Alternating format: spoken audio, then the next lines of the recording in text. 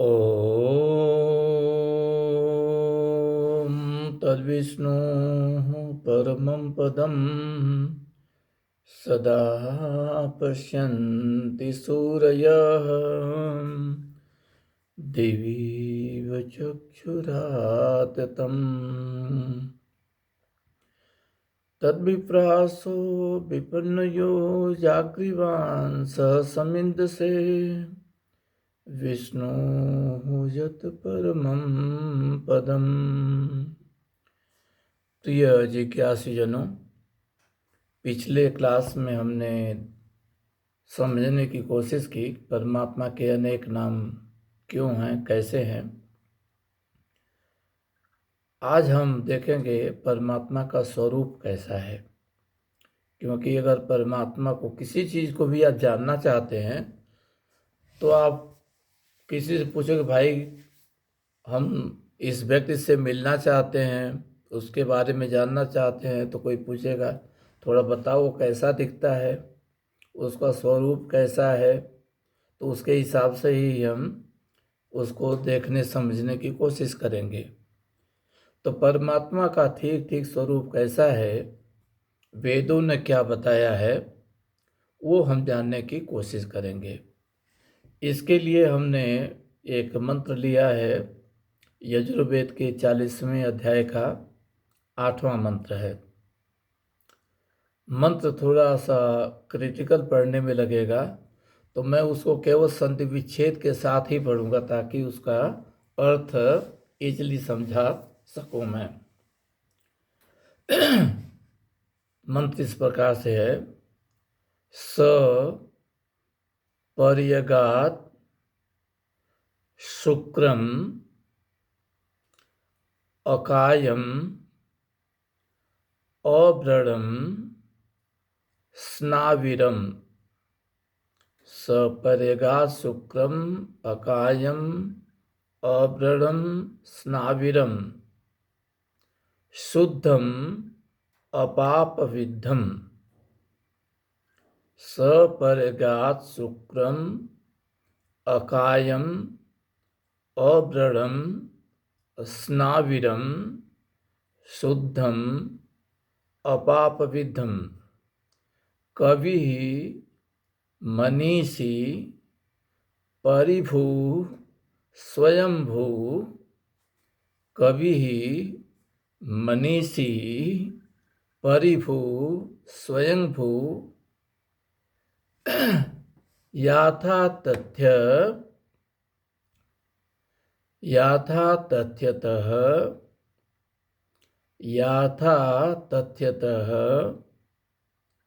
अर्थान। मैं इस मंत्र को वीडियो के लिंक में भी शेयर कर दूंगा और ओरेटर TRQC ग्रुप में भी शेयर कर दूंगा, ताकि आप लोगों को देख देख करके साथ साथ पढ़ने में आसानी हो जाएगी। फिर से एक बार देखते हैं, सपर्यगात शुक्रम अकायम अव्रणम स्नाविरम शुद्धम अपापविद्धम। यह पहली लाइन था। दूसरी लाइन है, कवि मनीषी परिभू स्वयंभू याथा तथ्यतः अर्थान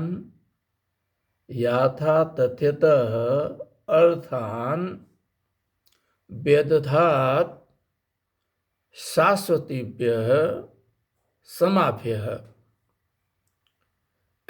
कवि मनीषी परिभू स्वयंभू याथा तथ्यतः अर्थान व्यदधात शाश्वतीभ्यः समाभ्यः।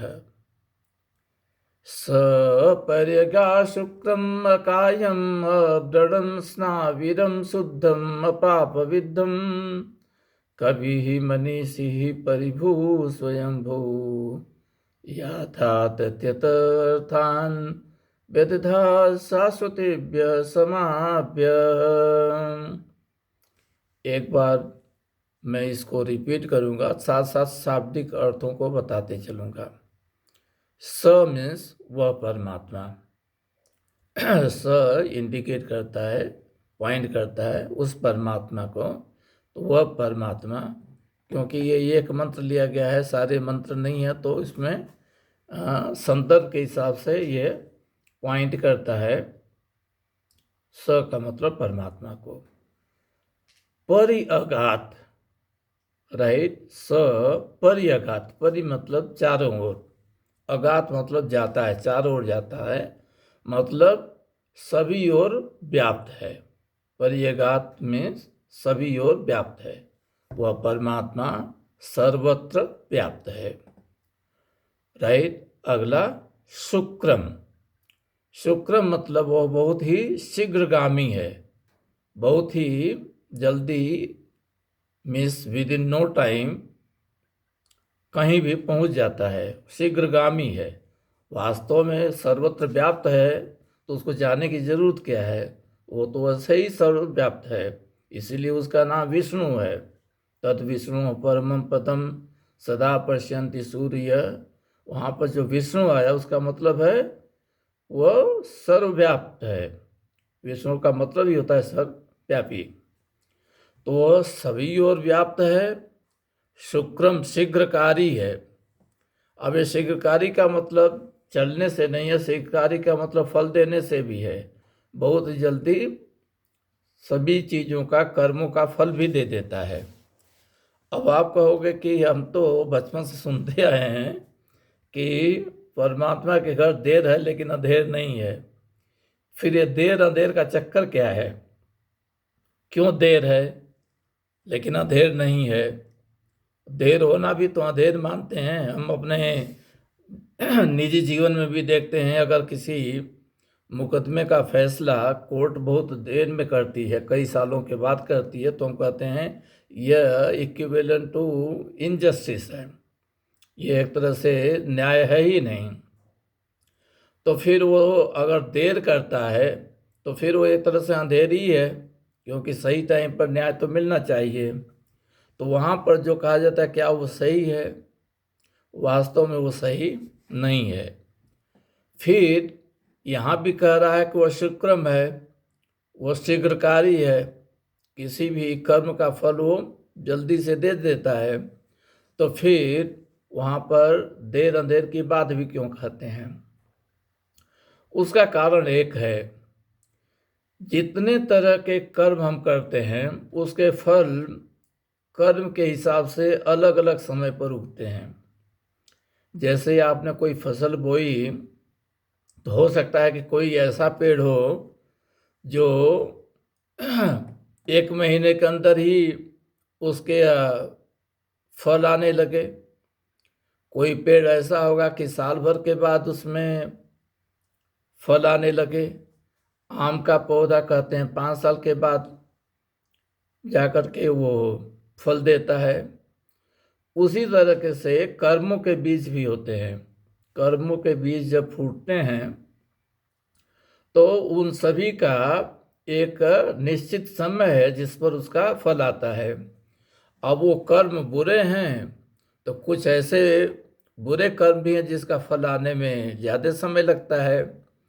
अच्छे कर्म हैं उनका भी फल आने में अलग अलग समय लगता है। तो कर्मों के हिसाब से फल कम समय पर आते हैं या ज़्यादा समय पर आते हैं। तो हमें लगता है कि परमात्मा के घर देर है लेकिन अंधेर नहीं है। वास्तव में वो देर नहीं है, वो कर्मों के हिसाब से ही अपने समय पर ही फल आते हैं। अच्छे फल हैं या बुरे फल हैं, जैसे कर्म हैं वैसे फल तो आएंगे ही।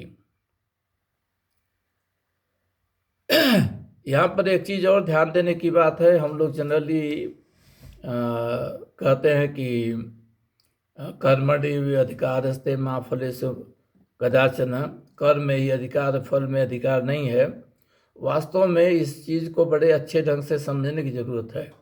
कोई भी कर्म करेंगे तो उसका फल जरूर होगा, बस अंतर इतना ही है कि आप केवल कर्म कर सकते हैं, फल अपने समय से आएगा। तो इसीलिए वहाँ पर कहा जाता है कि फल में अधिकार नहीं। फल में आपका अधिकार भी है, फल आएगा भी, लेकिन आप जैसा कर्म किए हैं उसके हिसाब से पेड़ उगेगा। तो कर्म आप करो, पेड़ लगाओ, पानी दो, खाद दो, लेकिन ये मत समझो कि आपके हिसाब से ही उसमें फल आने लगेंगे। फल तो आएंगे राइट पेड़ की जो प्रकृति है उसके हिसाब से ही। तो हर कर्मों की प्रकृति अलग अलग होती है, तो इसलिए कर्म का फल तो है और किसी न किसी रूप में उसके बदले में कुछ मिलता भी है, उसका अधिकार भी है।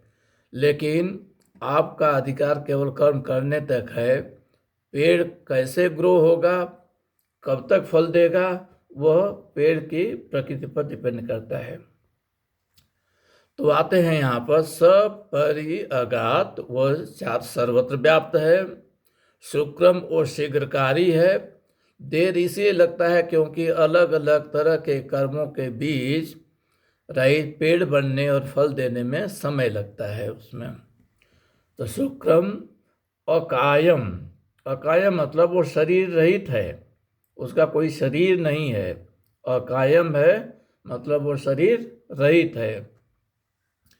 तो जो लोग पत्थर की मूर्ति बना करके उसमें प्राण प्रतिष्ठा करते रहते हैं, सर्वथा वह इस सिद्धांत के विपरीत है। ये तो कह रहा है कि वो परमात्मा अकायम है, ये वेद मंत्र है, तो इसको ही प्रमाण मानते हैं। तो शरीर रहित है। तो अकायम अव्रणम, अव्रणम मतलब वो छिद्र रहित है। छिद्र रहित का मतलब दोष रहित है, उसके अंदर कोई दोष नहीं है, उसके अंदर कोई छिद्र नहीं है। रहित अस्नाविरम, राइट नस नाड़ी से रहित है, शरीर ही नहीं है तो उसमें नस नाड़ी कहाँ से होगी, तो उसके अंदर नस नाड़ी आदि चीजें नहीं है। शुद्धम, वह शुद्ध है, राइट वो सर्वथा शुद्ध है। अपाप वृद्धम, वो शुद्ध है तो पाप से कभी वृद्ध होता ही नहीं है। जो जीवात्मा है वो पाप विद्ध हो सकता है संसार के संसर्ग में, लेकिन वो परमात्मा सर्वथा शुद्ध है, वो कभी पाप से विद्ध नहीं होता है। वह कवि ही है।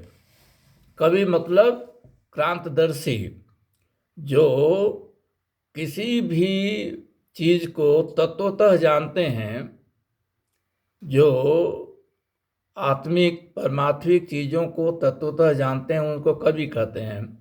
आजकल कवि का डिफिनेशन तो कुछ अलग ही हो गया है, कोई भी तुकबंदी करके हंसने हंसाने के लिए कुछ भी बोल देता है तो उसको कवि कहने लगते हैं। वास्तव में कवि का असली मतलब है कि वो व्यक्ति जो गूढ़वत राइट तत्वतः राइट असली रहस्यों को जानता है, जीवन को जानता है, उसको कवि कहते हैं। मनीषी, मनीषी मतलब हमारे अंतःकरण को, मन के विचारों को भी वो जानता है। वो परिभू है, वो परिभू है।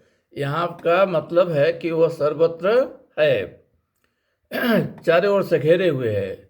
स्वयंभू है, वह स्वयं से पैदा हुआ है, उसको कोई पैदा नहीं करता है, वह स्वयंभू है। तो परिभू स्वयंभू याथा तथ्यतः, याथा तथ्यतः का मतलब है एग्जैक्टली ठीक ठीक सभी चीजों को वो जानता है। तथ्यतः उसको जानता है, चीजों को, हर चीज को वो तथ्यतः जानता है। उनके अर्थान, अर्थान उसके अर्थों को तथ्यतः जानता है। और वह शाश्वतीभ्य, शाश्वतीभ्य मतलब वह शाश्वत है, वो सनातन है। और समाभ्य, समाभ्य मतलब अपनी प्रजाओं के लिए वो हर चीज जो सही है, सटीक है, एक ठीक ठीक है, उन वस्तुओं का वेदधात प्रतिपादन करता है, संपादन करता है। तो ये कह रहा है स पर्यगात, वो परमात्मा पर्यगात वो सर्वत्र व्याप्त है और शीघ्रकारी है, अकायम शरीरधारी नहीं है, अप्रवण, उसके अंदर दोष नहीं है, छिद्र नहीं है। अस्नाविरम, नस नाड़ी से रहित है, शुद्ध है। अपाप विद्धम, पाप से कभी विद्ध नहीं होता है। वो कभी ही क्रांतदर्शी है, मनीषी है, अंतःकरण को जानता है, परिभू है, स्वयं भू है। वो स्वयं से रहित, जन्म लेता है, स्वयं ही अपने को बनाता है, दूसरा कोई उसको नहीं बनाता। और वो ठीक ठीक सभी के अर्थों को समझता है और अपनी प्रजाओं के लिए वो ठीक ठीक वस्तुओं का प्रतिपादन करता है, वेदांत प्रतिपादन करता है। तो यही परमात्मा का स्वरूप है। अब आपको समझना है कि हमें इसकी पत्र बनाकर पूजा करनी चाहिए कि नहीं, क्योंकि वो तो अकायम है, शरीर से रहित है, ओमकार स्वरूप है। पिछले क्लास में भी बताए थे, वो ओमकार स्वरूप है। और बाकी जितने नाम है उसके गुण रहित, गुण वाले नाम, गुणवाचक नाम हैं। जैसे इंद्रम सर्व ऐश्वर्यशाली है, और उसी तरह से ब्रह्म रहित, बृहत बृंगयत इति बृंग सबसे बड़ा है। विष्णु वो सर्वव्यापी है, इसलिए विष्णु कहते हैं। वो सबका कल्याण करता है, उसको शिव कहते हैं। इसी तरह से बहुत से उसके नाम हैं। और वो सर्वत्र व्याप्त है, वो शाश्वत है, वो अकायम शरीर रहित है। ऐसे परमात्मा को स्वरूप है। ऐसे स्वरूप वाले परमात्मा को हम कैसे जानें, यह हम अगले क्लास में देखेंगे। ओम तत्सत।